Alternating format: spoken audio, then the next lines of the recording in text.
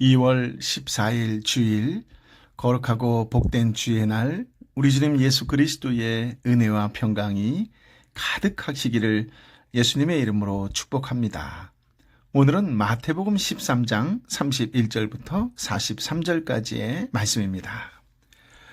오늘은 겨자씨 비유와 누룩 비유를 중심으로 말씀을 헤아리도록 하겠습니다.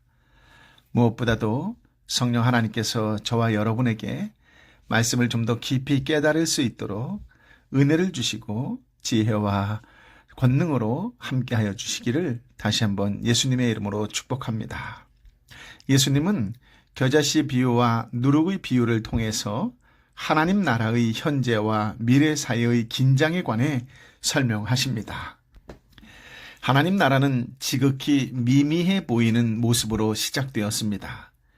예수님은 미미한 시작과 영광스러운 결말이라는 하나님 나라의 특성을 겨자씨 비유와 누룩 비유를 통해서 드러내셨습니다. 겨자씨 비유와 누룩 비유는 씨 뿌리는 자의 비유나 가라지의 비유와 함께 하나님 나라의 성장을 말합니다. 씨 뿌리는 자의 비유는 많은 사람의 거절 속에서도 옥토와 같은 사람들을 통해서 하나님 나라가 성장하는 측면을 말했다면, 가라지 비유는 사탄의 회방 속에서도 하나님 나라가 성장하는 측면을 말하고 있습니다. 겨자씨 비유는 하나님 나라의 외적인 성장을, 누룩 비유는 하나님 나라의 내적인 성장을 말합니다. 31절, 32절을 함께 읽어볼까요? 예수께서 또 다른 비유를 들어 말씀하셨습니다. 하늘나라는 사람이 자기 밭에 가져다가 심어놓은 겨자씨와 같다. 겨자씨는 모든 씨앗들 가운데 가장 작은 씨앗이지만 자라면 모든 풀보다 더 커져서 나무가 된다. 그래서 공중에 나는 새들이 와서 그 가지에 깃들게 된다. 아멘. 예수님께서는 하늘나라, 곧 하나님의 통치를 사람이 자기 밭에 가져다 심어놓은 겨자씨의 상황에 비유하셨습니다. 개역개정이나 다른 성경 번역본을 보면 겨자씨 하늘이라고 설명해 놓았지요. 오늘날 겨자씨를 직접 보지 못한 분들도 겨자는 맛보셨을 것입니다. 냉면이나 생선회를 먹을 때 코를 콕 찌르는 매콤한 맛의 향신료인 겨자가 겨자씨를 갈아서 만든 것입니다. 겨자씨는 볼펜으로 점을 찍어둔 것만큼이나 크기가 작습니다. 그러나 문자적으로 세상에서 가장 작은 씨는 아닙니다. 가끔 비유를 통해서 겨자씨가 세상에서 가장 작다고 생각하고 있었던 사람들이 종종 있는데요. 실제적으로는 그보다 더 작은 씨도 많이 존재합니다. 예를 들어서 난의 씨가 더 작다는 것은 알려진 사실입니다. 어쨌든 성경이 자연과학적 지식을 주려는 목적으로 기록되지 않았음에도 불구하고 그렇게 접근하다가 오류에 빠진 것이죠. 그렇다고 이 비유가 식물학적 지식을 제공하기 위한 목적으로 주어진 것 또한 아닙니다. 아마도 당시 이스라엘 백성들이 접하는 씨앗 중에 가장 작은 것이 겨자씨였겠지요. 당시의 랍비들은 겨자씨를 아주 작은 것을 지칭하기 위해 종종 사용하는 것으로서 주로 격언으로 사용하곤 했습니다. 예수님께서는 그 당시 사람들의 일상적인 관념을 사용하셔서 천국의 비밀을 말씀하신 것입니다. 그런데 이 비유에서 몇 가지 이상한 점이 있습니다. 농사를 지으면서 겨자씨 한 알만 딸랑 밭에 심는 사람이 어디 있겠습니까? 그러나 오늘 비유에서는 사람은 겨자씨 한 알만 심었습니다. 또 엄밀히 따지자면 겨자씨는 나무가 아니라 쌍떡잎 식물로서 1년생 혹은 2년생 풀입니다. 다 자라면 1m 혹은 2m 정도 되고, 특별히 팔레스틴 지역에서는 3m에서 4.5m 정도로 자라기도 하지만 여전히 나물이지 나무가 되는 것은 아닙니다. 말하자면 예수님께서는 과장하여 비유하셨다라는 것이지요. 이처럼 일상적인 풍경을 비유로 드시면서도 전혀 일상적이지 않는 과장 속에 비유의 의도가 담겨 있습니다. 따라서 예수님께서 과장하신 부분에 주목할 때 비유의 목적을 더욱 명확하게 알 수 있습니다. 이 비유의 요점은 눈에 보이지 않을 정도의 작은 시작과 엄청나게 성장한 결과를 대조하는 데 있습니다.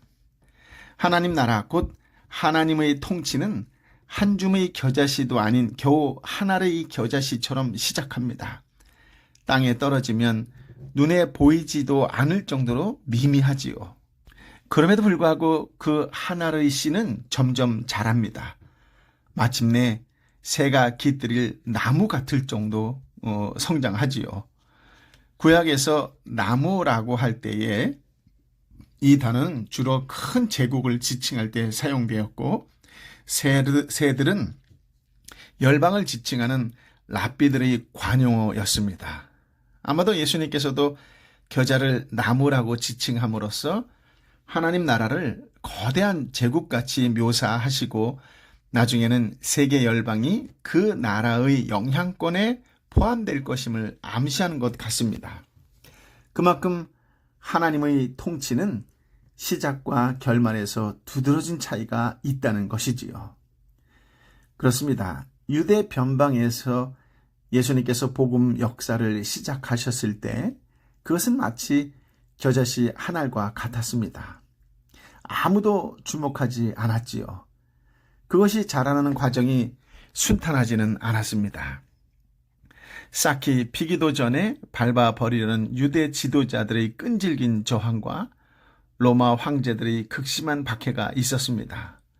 그럼에도 불구하고 1세기가 채 지나기도 전에 예수 그리스도의 복음은 로마 제국의 심장부에 전해졌고 392년 테오도시우스 황제 때에는 그리스도교를 로마의 국교로 선포되었습니다. 지금은 옛 로마 지경을 넘어서서 온 세계 열방이 하나님의 통치에 깃들이고 있지요. 그렇습니다. 하나님 나라는 반드시 성장합니다. 아무리 미미하고 미약하게 시작했어도 필연적으로 자라서 마침내 시작과는 비교할 수 없을 정도로 창대해집니다. 이것은 하나님의 백성이 항상 가져야 할 비전입니다.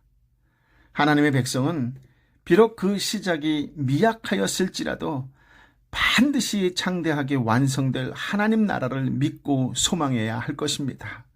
동시에 그 믿음과 소망 가운데서 현재는 미약해 보이는 그 나라를 사랑해야 할 것입니다. 크게 자란 겨자 나무의 시작이 아주 작은 하나의 씨앗이었기 때문이지요. 우리가 각자의 자리에 앉아서 주님의 말씀을 듣고 있는 일은 아주 작은 일입니다. 때로는 말씀을 통해 깨달음을 얻기도 하지만 그렇지 못할 때도 있습니다. 그러나 이러한 미약한 시작과 과정이 결국에는 엄청난 결과를 가져올 수 있다는 것을 꼭 기억하시기 바랍니다. 하나님께서 먼저 믿고 예배하며 찬양하며 기도하는 여러분을 통하여 창대한 미래를 반드시 열어주실 줄 믿습니다. 33절의 말씀을 함께 읽어볼까요? 예수는 또 다른 비유를 들어 말씀하셨습니다. 하늘나라는 여인이 가져다가 밀가루 3-4톤에 섞어 온통 부풀게 하는 누룩과 같다. 아멘. 누룩 비유도 소량의 누룩과 그것이 가져올 결과를 대조합니다. 밀가루 3-4톤으로 번역된 가루의 양은 보통 한 40리터 정도에 해당합니다. 이것은 창세기 18장 6절 이하에 나오는 아브라함이 손님을 맞이하기 위해 사라에게 준비시켰던 분량과 같습니다. 그 양이 장정 100명분의 빵을 만들 수 있습니다. 즉 가정에서 만들기에는 부담스러울 정도로 많은 양이지요. 하루 한 끼 먹기도 힘들었던 그 시대에 엄청난 분량은 사람들의 뇌리에 충격을 주었을 것입니다. 예수님은 이처럼 상식에서 벗어나는 과장을 통해 소량의 누룩이 끼치게 될 엄청난 영향력을 효과적으로 제시하였습니다. 이 비유에서도 자연스럽지 않은 점이 있는데, 여자가 누룩을 넣는다고 할 때 그 단어가 원래의 뜻은 감추어 넣다라는 뜻을 가졌다는 점입니다. 즉, 일상생활에서는 누룩을 감추어 넣는 사람은 없습니다.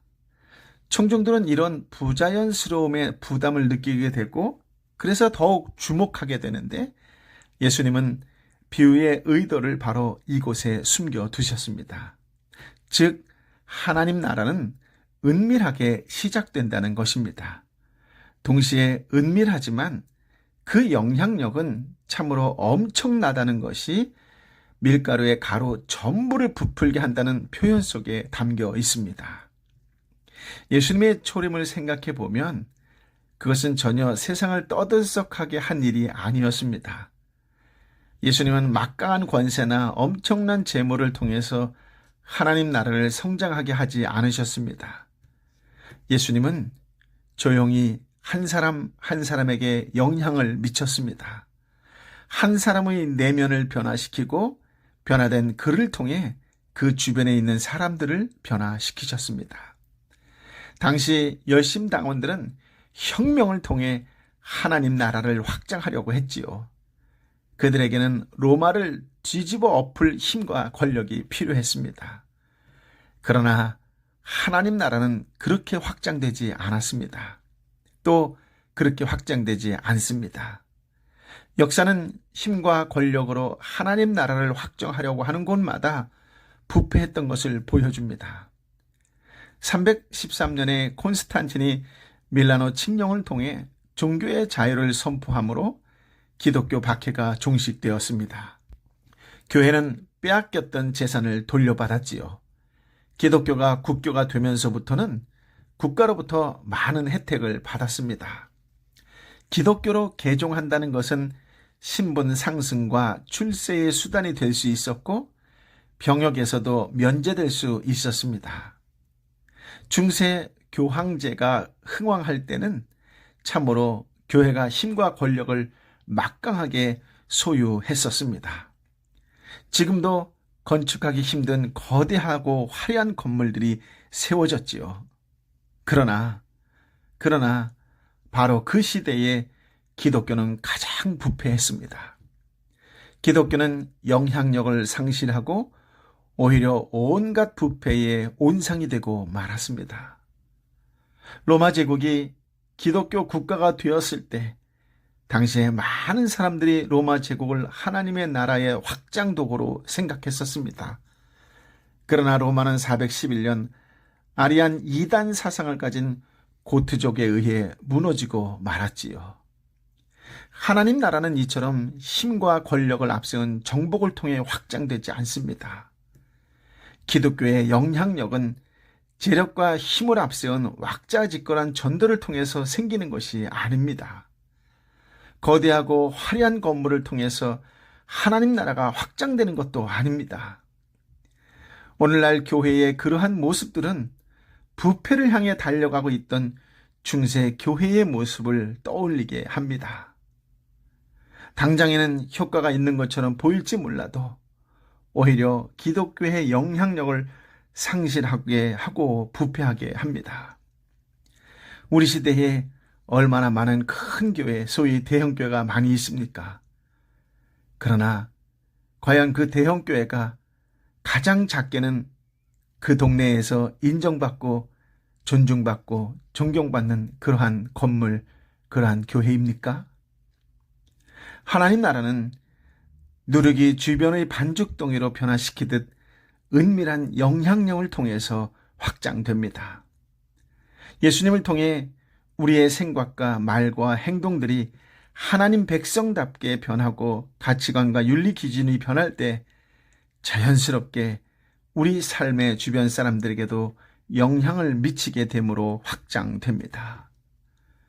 하나님께서 우리로 하여금 힘과 권력이 아닌 진정한 영향력을 가진 하나님의 백성들이 되게 하시기를 예수님의 이름으로 축복합니다. 바라고 원하옵기는 교회가 또 교인들이 세상 사람들에게도 존중받을 수 있고 세상 사람들에게 선한 영향력을 끼치는 그런 살아있는 하나님의 전이요 살아있는 하나님의 백성이 되시기를 다시 한번 예수님의 이름으로 축복합니다. 아멘. 아버지 하나님, 참으로 귀한 말씀, 생명의 말씀을 허락하여 주시니 감사합니다. 말씀을 묵상하면서 내 자신이 얼마나 참된 그리스도인으로 살아왔는지, 어떤 선한 영향력을 끼치는 하나님의 사람이었는지를 다시 한번 돌아보게 하여 주시니 감사합니다.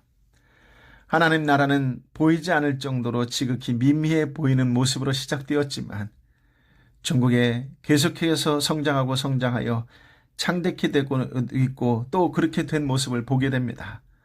하나님 나라의 성장을 보고 또 바라보는 우리의 모습이, 내 삶의 모습이 어떠해야 되는지를 다시 보게 하여 주시니 감사합니다. 먼저는 새 힘과 새 용기를 주시는 생명의 말씀을 허락하여 주시니 감사합니다. 지금 내 삶의 형편과 내 삶의 환경이 지극히 작고 연약하고 부족하다 할지라도 전국의 하나님께서 들어 사용하시기에 부족함이 없도록 창대케 하여 주실 줄 믿습니다. 믿음으로 말씀을 삶으로 실천하며 살아가는 참된 그리스도인 성숙해져가는 하나님의 사람으로 살게 하여 주옵소서. 오늘 말씀을 통하여 그렇게 다시 살겠노라고 결단하고 결심하며 온전히 이 땅에서 그리스도인의 한 사람으로 누구도 인정할 수 있고 존중할 수 있는 그런 교회의 한 사람으로 성장할 수 있도록 하나님 다시 한번 능력에 능력을 더하여 주시고 흔들리지 않는 믿음을 허락하여 주옵소서. 바라옵고 또 원하옵고 또 기도하기는 교회 위에 다시 한번 은혜를 세워 주옵시고 교인들에게 다시 한번 성령의 능력을 더하여 주시어서 마지막 순간까지도 헌신하고 희생하고 섬길 줄 아는 그런 교회, 그런 교인들 되게 하여 주옵소서. 한 번도 눈물 흘리며 기도하며 섬기는 하나님의 사람, 성령의 사람, 예수의 사람들 되게 하여 주옵소서. 이제는 길이여 진리여 생명 되신 우리 주님 예수 그리스도의 은혜와 아버지 하나님의 크신 사랑과 성령 아버지 하나님의 함께하여 주시옵기를, 내 사랑하는 아버지를 향하여 이웃을 향하여 눈물로 기도하며 저들 다시 한번 하나님께서 붙잡아 주시옵기를 간절히 바라는 마음으로 기도하고 또 기도하는 하나님의 백성을 한 사람 한 사람 머리 위에 함께 기도하는 삼토와 일토와 공동체와 열방의 선교사님과 선교지 위에 함께하여 주옵기를 간절히 축원하옵나이다. 아멘.